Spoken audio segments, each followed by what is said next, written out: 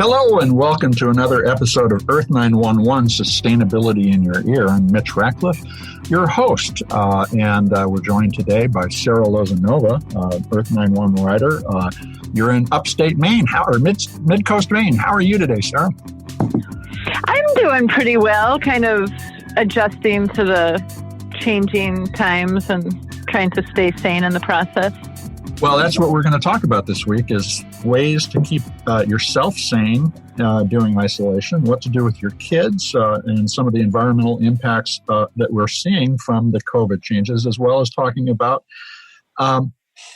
Earth Day, which has its 50th anniversary on the 22nd, and because of COVID, is largely going to be a virtual event. But I first want to start off by thanking Evelyn Field-Lopez, who has been our co-host for the last 18 months. She has decided to move on and focus on some other things. So she does some other podcasts. We were always pleased to have Evelyn on, and we're going to miss her, but that's why you're not hearing her today, folks. You'll be living with me and Sarah for the time being, and sometimes our producer, Doug, who will chime in. So let's start off by talking about COVID. Obviously, everybody's wrestling with this, and we have an article, At-Home Pandemic Activities to Keep Your Family Sane. And it's certainly always a challenge. In fact, Sarah, we were listening to your kids shouting in the background just a moment ago. What are you doing to engage your kids at home? You know, that's a great question. It's something that I think about quite a bit each day.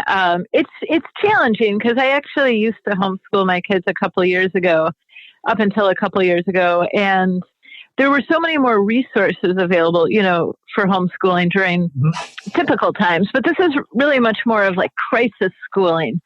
Yeah. So I've been trying. We have tried to do some play dates where the kids distance themselves, where they would do things like ride bikes. Sometimes when playing with younger kids, planning games that encourage distancing, things like red light, green light, or maybe Simon Says. We've been getting to work in the garden and planting some stuff. It's just warm enough now to start getting some seeds in the ground. And then I think just kind of also acknowledging that this is a hard time and the kids' rhythm and routine of daily life is thrown off. And so, there can be more kind of behavioral outbursts or sibling rivalry. But, it's interesting, and the article covers this too. A lot of the activities that we're suggesting are things I remember doing when I was a kid, like making your own Play-Doh, paper mache projects, home science experiments with baking soda and vinegar and food coloring. That's very, 1950s, 60s, 70s kid stuff, pre-digitization. And it's really kind of fun to see that come back. I mean, the last time I thought about dry apple rings or apple sculptures that you carve a face and let it wrinkle up was when I was a kid. And now all of these things are back because you can't go out and do anything. And a lot of the digital resources are either, kind of a waste of time, or they are slower than they've ever been because so many people are online. Are you finding the kids engage with these things? Are they excited about stuff like that now? Or are we just too darned advanced to enjoy a good apple ring?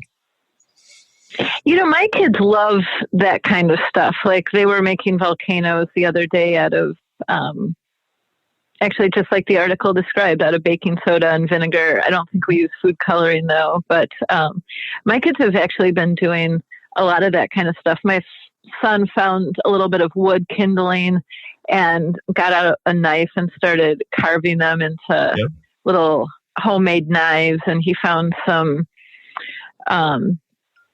basically like sandpaper and started making craft projects. So yeah, I think a lot of kids will get engaged.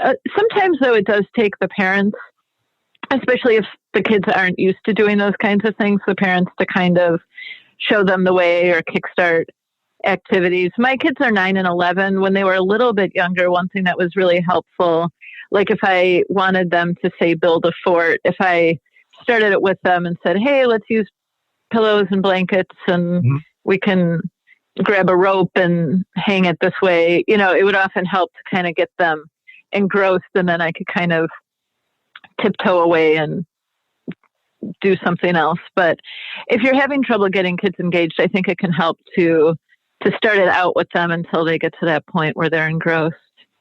Well, and you also have another article that I think is incredibly timely, since about 56 million children are out of school for the rest of the year in many places, on teaching kids at home and some of the sustainable thinking that we can teach during this time.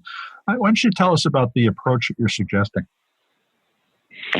Yeah, well, one of the things that I find really helpful is to try to create a routine, because whatever routine people had before generally has really gotten thrown off. Pretty much everyone's routine has been thrown off. So as much as possible, I've been trying to create some sort of a routine. In my case, we tend to do academics in the morning, kind of less structured learning in the afternoon, and then just kind of playtime. So having a little bit of structure and routine and kind of a rhythm to the day, I find really helpful. I've also been trying to set up a homeschooling area, which in our case, since we don't have a very big home, it tends to be a desk in my daughter's room and then the kitchen table. So that it's a little bit difficult because then we eat meals, but having kind of an area, ideally a dedicated area, but kind of a specific area where they do their schoolwork can be helpful. Professional teams are struggling with the lack of structure, so they look for that structure. So how are you setting expectations for your kids? You talk about that too. Yeah, basically what I do is like with my son, I'll say, okay, you need to read for an hour a day, 45 minutes of that needs to be out loud. Like I have fairly clear expectations, and I try to kind of prioritize. Like one of my children is really strong academically in math and science, but then is weaker in reading and spelling. So I'm trying to really prioritize the weaker areas, because I think, next school year, that might be a bigger issue if we don't take that on now. So we've been prioritizing reading and spelling. And, if we don't do history and geography and math every day, that's fine. So kind of setting clear expectations, but then also not having them be kind of perfectionist type expectations, if that makes sense. And in my home, what I tend to do is I don't give the kids any non-academic screen time until they've kind of fulfilled on my minimum expectations for the day. I find that helpful too, to have some sort of a reward. Well, and going back to the other article about things that you can do just to keep your kids and yourself sane, it's also recognizing that you have relationships and starting to build or invest your time in those relationships. I certainly found in my family that because of coronavirus, we're all getting together on Zoom once a week to talk, and we have not gotten together to talk for 30 years. But now we're doing it, and we have an opportunity to rethink the priority of relationships. And I know I'm getting outreach from friends. Doug and I grew up together and talk about what's going on with my brother who is suffering from cancer. These conversations are keeping us coherent and insane. But they're based on a kind of flexibility that you're talking about. Your kids have a structure, but they also need to be able to depart from that structure and find new connections. And that's harder when we're all isolated. How are you guys dealing with that? I mean, you can go outside in your community. Not everybody can. Yeah, in many ways, I feel fortunate because I live in a rural area, and we have a stay-at-home order, but I think it's less strict than in some areas of the country. But I live in Belfast co-housing and eco-village, so I have a lot of neighbors, and many of them have really nice relationships with my kids. So to be honest, when I'm kind of at my wit's end or I have a work assignment that I really need to get done, I've been text messaging neighbors and saying, hey, can you take my kids on a bike ride? Mm-hmm. there's also been at 3 this afternoon, we're going to participate in a book reading session via Zoom with neighbors. We've been trying to plan those once a week on rainy days. And my daughter, who's 11, is going to read one of the books. So kind of, maybe for older kids, finding ways for them to have leadership skills or things like that. We're talking about trying to start a play group in the neighborhood where some of the older kids and adults that are non-parents can help facilitate activities. But we're trying to experiment with, how much can you socially distance with kids? It gets tricky because at a certain age, they don't understand what's going on. And then at a certain age, some kids are more successful. So I wouldn't necessarily recommend to someone with a 2-year-old to try to have a play date that involves social distancing unless, I don't know, maybe you go on a boat ride and you're on a different boat or, unless it's somehow built into the activity. Not much of a group activity. Riding toys seem to help though. Like if kids are on bikes, then they tend to, by default, just have some space, maybe I think scooters and rollerblades can tend to do that, whereas say a soccer game or a basketball game might be something that you'd want to avoid because it tends to bring people close together. Another idea that I loved in the article, and it's something that I think a lot of folks are just coming to terms with, is we're living through history. Are you helping your kids record any of this? Are you doing a scrapbook? That's a great idea. We haven't been, but it's something that we've been talking about things that are going on quite a bit. And I've been trying to incorporate some of it into their homeschooling. Like we've been looking at the Johns Hopkins map that tracks where the cases are. So the kids have been gaining some geography skills by looking at that. We've been doing math calculations related to it. I do find it a little hard because it is a very morbid topic, although there's many kind of bright spots in it too, like all the healthcare workers that are showing up for work day in and day out and really giving it their all. But I've also been trying to teach them about other, it's such a complex issue. So you can learn about things like inequality in wealth and access to medical care and all kinds of things through learning about this.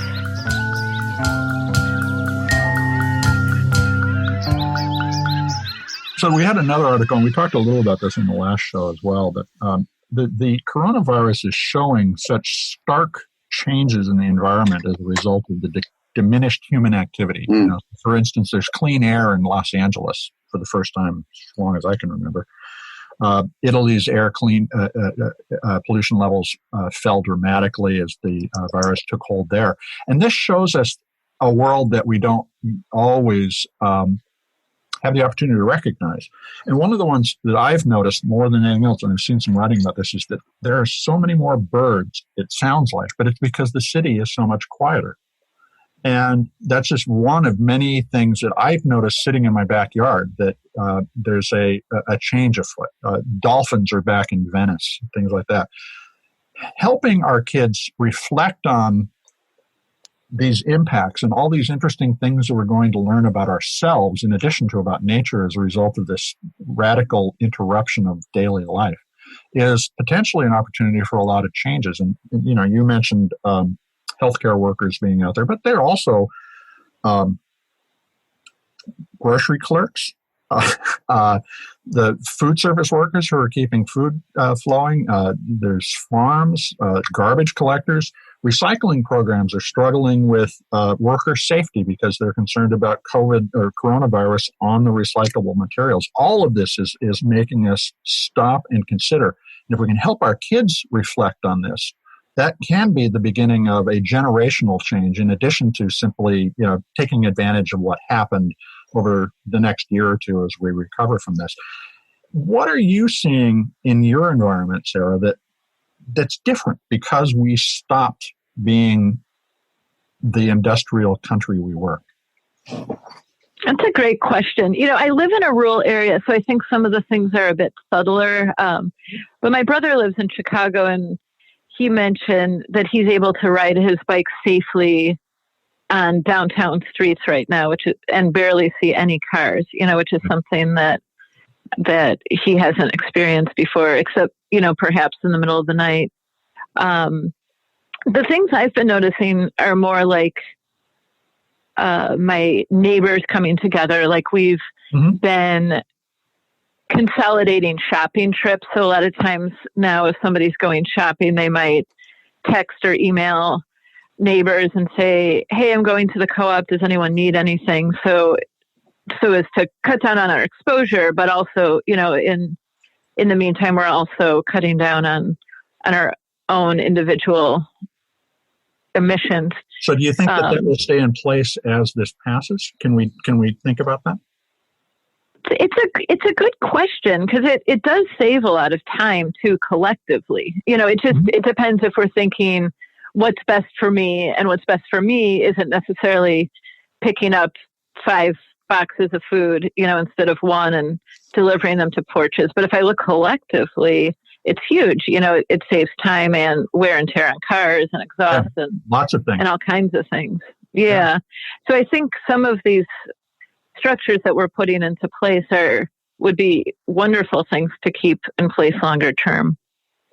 And that's interesting, to me. How do we think about what Earth911 does and how it supports people's progress as recyclers and in their sustainable living? But it likewise, just, around town, if one of these people goes down to do the shopping and eliminates 5 trips, that's a huge reduction in emissions, but it also saves everybody a little money on gas. After this, maybe there's a way to rethink some of the economics of this, so that maybe it's $1 or $2 or some trade which you would provide in service to everybody else in the community in order to overall minimize the community's impact on the environment, in addition to saving the community money. All of this is because we can see this disaster holistically as a global event rather than a localized event. And I happen to have lived through 2 major geological events. The Mount St. Helens eruption, which shut down eastern Washington where I was living for weeks, and the Loma Prieta quake in California, which was the only time I ever remember meeting my neighbors in San Francisco. We all came outside to see who was okay, and for a few days we had a community, and then it went away again as soon as the crisis passed. But this is so big and so comprehensive that it is an opportunity to start to rethink the way we do things generally. So I think you're hitting on some really important ideas. Have you seen in your community small business stepping up in ways that you think they could continue to leverage the benefits they're creating for everybody after the COVID virus passes? I've been thinking about that in terms of the local farms, because I went to our local Hannaford store, which is a large grocery store, and that was where I had actually felt like I had the most exposure to being around a whole bunch of people, not being able to properly social distance. So it instantly got me thinking, hey, I can get dairy products, eggs, produce, all kinds of things from local farms.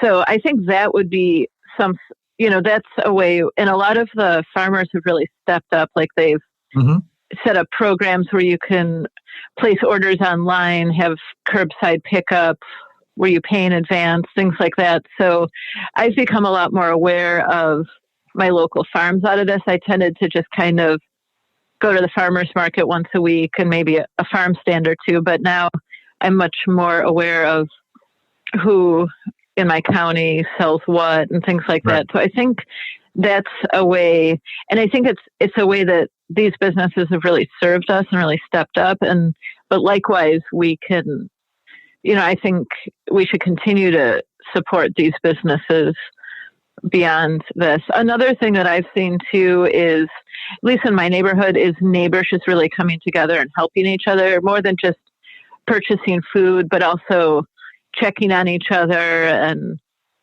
we have an agreement in our neighborhood, if anybody does get sick, like we can help with cooking meals, or even some of the medical professionals have offered to check on people. And that's a way to potentially avoid going to the doctor when it might not be absolutely necessary. But one of the lessons I've learned is just, I think it's easy to feel like we're not interdependent on people, but ultimately we still really are. And in a time of crisis, some of us might have nuclear families and other people don't have that structure. So really having people around that you can lend a hand to and that can lend a hand back, I think is a huge resource to have. Well, I think that's something we're going to have to continue to think about, and we'll talk about here, obviously. Let's turn to the big collective event that is going to define April, too, and that's Earth Day. So Earth Day, as all of you, I hope know, is 50 years old in 2020. The first Earth Day in 1970 resulted in the creation of the Environmental Protection Agency, the Clean Water Act, and the Clean Air Act, all three of which transformed the environment in this country. And the goal for Earth Day 50 had been to get 1 billion people out to do activities around the Earth on behalf of environmental awareness. But of course, because of COVID, it can't happen that way. And we have a complete guide to Earth Day 2020 on the site. It was originally oriented around going and attending those events, but now you can participate remotely from your home online with a variety of Earth Day events, and you just have to go to the Earth Day site, which is at earthday.org, to find out more information about what you can do online. And if there is some kind of regional event, participate in that event, perhaps virtually. We had a lot of investment of time and effort in trying to track all these physical events, and then they went away. But we hope that this resource and a series of articles that Gemma Alexander has written for us about various activities that you can do in around Earth Day will help all of you celebrate. So, Sarah, what are you going to be doing for Earth Day this year, given we can't go march on behalf of the planet? Yeah, one of the things that we've been looking at, we have a townwide cleanup day. It's actually in May, though, but we've been talking about dispersing it over a longer time period and doing cleanup projects, and that's a great thing to involve children in.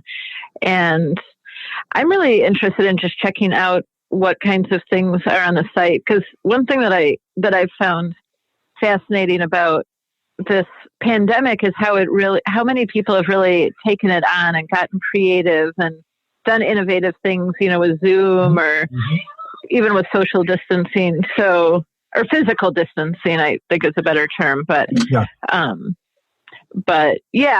think it's a great time to be creative and try new things. To be honest, I don't tend to get really into Earth Day, and I think it's because it's something that I'm really looking at every day, how to grow more of my own food, or, when can I bike to town instead of driving, or how to carpool.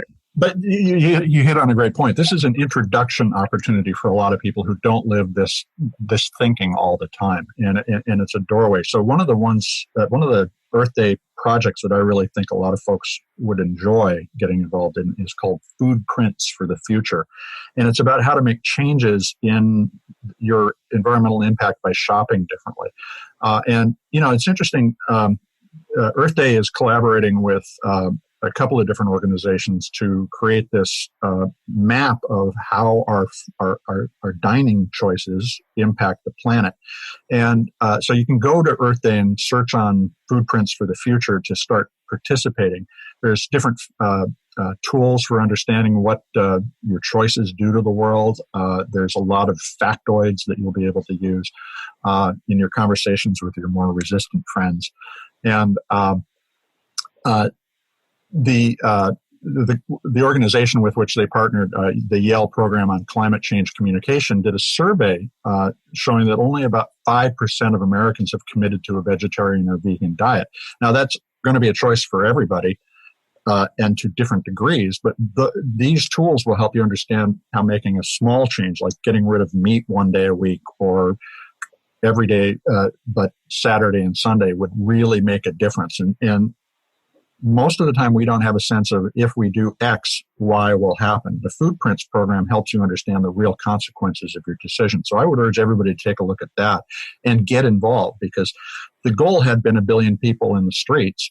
Let's get 1.5 billion or 2 billion people to start to think. And that is how Earth Day this year in this environment can be a critical moment in the environmental movement. Another thing that I think could be really helpful, most of us are just spending so much time at home right now. And so it's also really an opportunity to look at our homes. Like, do we have low flow shower heads in the bathroom, or are we using a lot of treated, municipal water to irrigate our gardens? Yeah, maybe we can put in rain barrel. We're putting a bidet in order to reduce our paper waste from toilet paper. Mm-hmm. Yeah, that's excellent. So I think one thing that would be a great thing for listeners to consider is there like one project like plumbing in a bidet or something like that isn't even a major project, but it might take an hour or two, but can really make a big impact, especially for years. Like something like a bidet can last years and save a lot of toilet paper. And it's kind of nice. I had only used a bidet in Europe. It's a different experience of using the bathroom. I won't go into any more detail than that.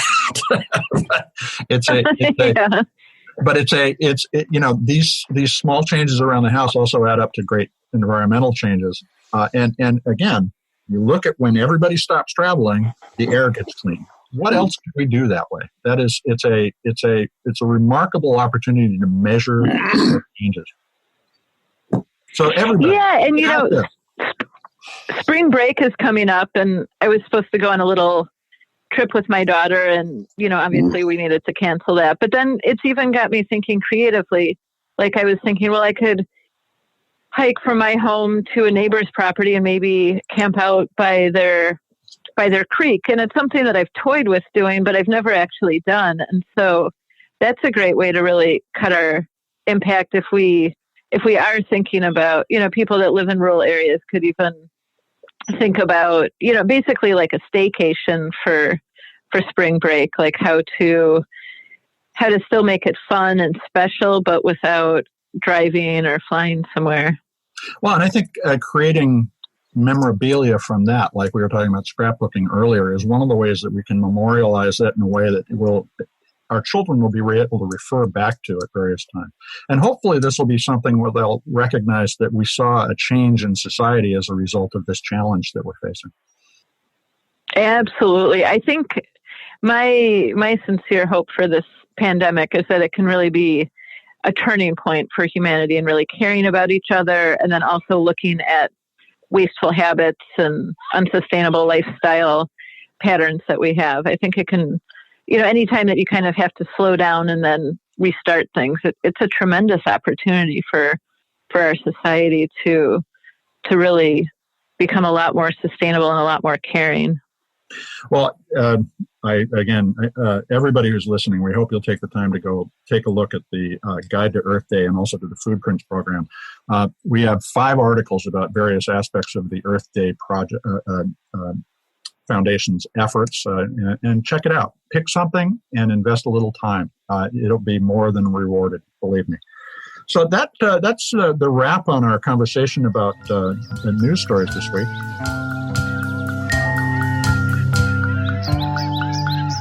Let me move on and just share a couple of things that we have introduced on Earth911.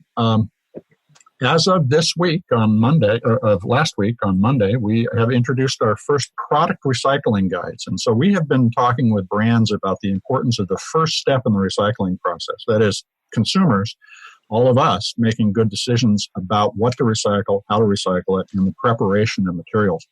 And so Organic Girl, a maker of organic salads and salad dressings, is the first brand to help us develop a guide to how to recycle the packaging that they produce. So if you visit earth911.info, not .com, but .info/organic girl, all one word, you'll see our new search interface. And so you can pick where you are, pick the product that you want to recycle, and you'll get both a map of local programs and an article explaining how to prepare it. This is something we want to bring to all sorts of products over the course of the next couple of years. We had just finished it when COVID struck, and we hope that we can survive the downturn that COVID has created in the world. in order to continue to develop this. But this is we hope, a big step in the right direction in helping all of us make the right cleaning and preparation decisions. Just rinsing out a plastic bottle instead of throwing it in with the remainder of the soda or the lemonade or whatever in it is contamination and recycling. Mm. By having these companies help us articulate exactly what needs to be recycled. And in the case of Organic Girl, they have a mail-in program with TerraCycle where you can mail in some of their packaging in order to be recycled. They're actually investing to make sure that material is reused a second, a third, and a fourth time. And we're hopeful that you'll be able to rely on Earth911 for very specific guidance, not just how to recycle a product category, but a specific product, because everything is different. And the other thing we wanted to talk about is a couple of recent podcasts. So we had Eris Papadopoulos, who's the founder of the Resilience Action Fund, on the show last week talking about how to plan for resilient construction. He lives in Miami and talked about the king tides, which are washing out parts of downtown. But this is also true in all sorts of other communities where you face extreme weather, flooding from rivers, not from the ocean rising. And being aware as an individual of the consequences of where you locate your home is incredibly important to the sustainability of your entire community. It's just like with wearing personal protective masks during the COVID pandemic. You're not doing it just for yourself. You're doing it for everybody around you. Resilience and awareness about how and when and where we build, and transparency on the part of government and the builders to help us make good decisions is going to make our communities stronger and more capable of resisting the kinds of challenges that we know are coming because of climate change. So check that out. That's a great podcast conversation. We also talked recently with Ramp Rate about their Syzygy impact scoring program. And this is a primarily business-oriented service that helps companies determine whether their supply chain is sustainable or not, and to identify where their emissions are, where their raw materials impacts on the environment are, and to be able to start to surface all that to the people who make things. I think the next step after that is to surface that to all the people who buy things. And we're going to be participating as we can, trying to bring more information, obviously, like the product recycling guides. That's what this is all about, changing what we pay attention to the way that our happy and prosperous lifestyle also threatens our future prosperous lifestyle if we don't make changes. So check out both of those.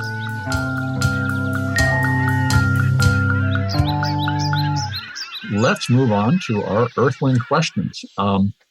Normally, Evelyn has been reading these and I respond, so I have to wing a new interactive approach here. But first off, Bill in Imperial Valley, California asks, where can I dispose of empty lawn weed killer containers? How do you get rid of weed killer? And unfortunately, this is a problem because it's a household hazardous waste. It's not something that you can just dump in your recycling bin. You have to take this to a transfer facility where hazardous waste is handled. Household hazardous waste programs are not always available. They're often just offered on a, say, once or twice a quarter or year basis by a region. So you might have one household hazardous waste day in your locality once a year. The other thing is right now, household hazardous waste programs will shut down in many cases because of the COVID outbreak. The sorting and the transfer stations are places where people aggregate and therefore can contaminate one another. So for the time being, it's probably best to hold on to those weed killers if you can't take it to a local household hazardous waste program day. If you are lucky enough to have one that's continuing to operate, go ahead and recycle it. But we didn't find any near where Bill was. And so we urged Bill to both check out any scheduled events to see if they're really going to happen, because we can't keep up on that. And likewise, to recognize that it may be just time to hold on to that for a little while. So let's move on to the next one. Moshe in College Park, Maryland asks, I have a question about crushing soup cans before recycling. And he explains that Earth911 suggested that animals can get their heads stuck in cans, and therefore it's better to crush the cans before you put them in recycling. But he also read that it can mess up the sorting process if cans are crushed, and asked whether or not I can separate them from the paper and plastic to begin with in order to make crushed cans more recyclable, because Moshe wants to crush his cans. And the answer is they can crush Moshe can crush his cans. You should rinse them out first, obviously, so that they're clean before you do that. And these steel cans that you get soup in, because that was the specific question, are highly recyclable, but they're not highly recyclable with a lot of contamination. So get the crud inside out before you crush it. It is a better idea to crush it, because if wildlife or local pets can get into your garbage, they can get their heads stuck in there, or they can be cut by the sharp edges of that lid. So it is a good idea to crush your cans and separate them from the rest of your recycling. Now, one of the things that we often remind listeners about is that if you put recyclables in a plastic bag in your recycling bin, or that a lot of the times those bags will simply be pulled out and thrown into the trash because the workers on the line can't identify what's inside. They will not open those bags because that's a safety risk. And again, right now, during the COVID outbreak environment, that's something that they're concerned about, exposing people to illness, not just to the dangers of broken glass or anything else that might be in there. So put them into separate bins if you can. If you have multiple bins, one for paper, one for metal, one for plastic, put them in separate bins and set them out. But if you have a single bin, it's still probably going to be necessary to put them in all loose so that they can be sorted, because if you put them in a bag, they will very likely be thrown out rather than recycled at all. So we do recommend crushing the cans, and just be sure you wash them out, Moshe. You'll be all set. Last question today is Candy on Facebook asked a question. She runs a hair salon and would like to recycle the products that she uses in her daily business, which may be very slow right now, so that's why she's asking. Now, the challenge is there's no simple question to what can you recycle in a beauty salon, because like the household hazardous waste we were talking about before, many of the chemicals you use in hair dye and perms and things like that are hazardous waste. You can't just toss them in the bin. Mm-hmm. So you need to take those to household hazardous waste programs or business hazardous waste program, as well as with plastic bottles, shampoo, things like that. You can rinse out. You must rinse them thoroughly and put them in a regular recycling bin. But this takes kind of a moment of stepping back from what you normally do when you throw stuff away and thinking about how to sort it out and prepare it. Again, that's the key, folks. If you don't do it, the whole system fails to perform as well as it could. And that's why the United States has contamination rates in its recycling above 20%. This is the reason China won't take our recycled plastic and our paper and all sorts of stuff now, is because it's contaminated. They can't make money on it. And if we could do it cleaner, we can make money on it here. We don't need to ship this stuff halfway around the world. And it starts with folks like Candy stepping back from the regular process of throwing stuff in the trash and thinking about where it goes, how it needs to be prepared, and then we'll make a huge difference. And if you don't believe it'll make a huge difference if all of us take these small steps, look at how the world has changed over just 3 or 5 weeks because of people stopping doing things. It's the inverse of doing things, but it shows that our individual impacts are massive when we act together. So we're encourage Candy to start to recycle that stuff, but put together a little system. Create a set of bins so that it's easy and quick for you to do. Put those bins by somewhere you can wash stuff out beforehand so it's easy for your employees or for yourself to get it done. Every extra step, every hassle that you introduce into this process is going to encourage you to skip it. So think about how to make it as simple as possible. Learn those habits of mind and start to exercise them with a process that is easy and repeatable. And that will make it possible for your hair salon to be a lot more sustainable. So that's it. And, normally Evelyn would be saying thanks for listening. But thank you, Evelyn, for your year and a half of service with Earth911. And thank you all for listening to Sustainability in Your Ear. We hope that you'll tune in to us on iTunes, SoundCloud, Spreaker, iHeartRadio, YouTube, and, of course, at Earth911. You can always send us feedback. We want to hear from you at feedback@earth911.com. So we'll see you next time. Folks, stay safe. and stay well.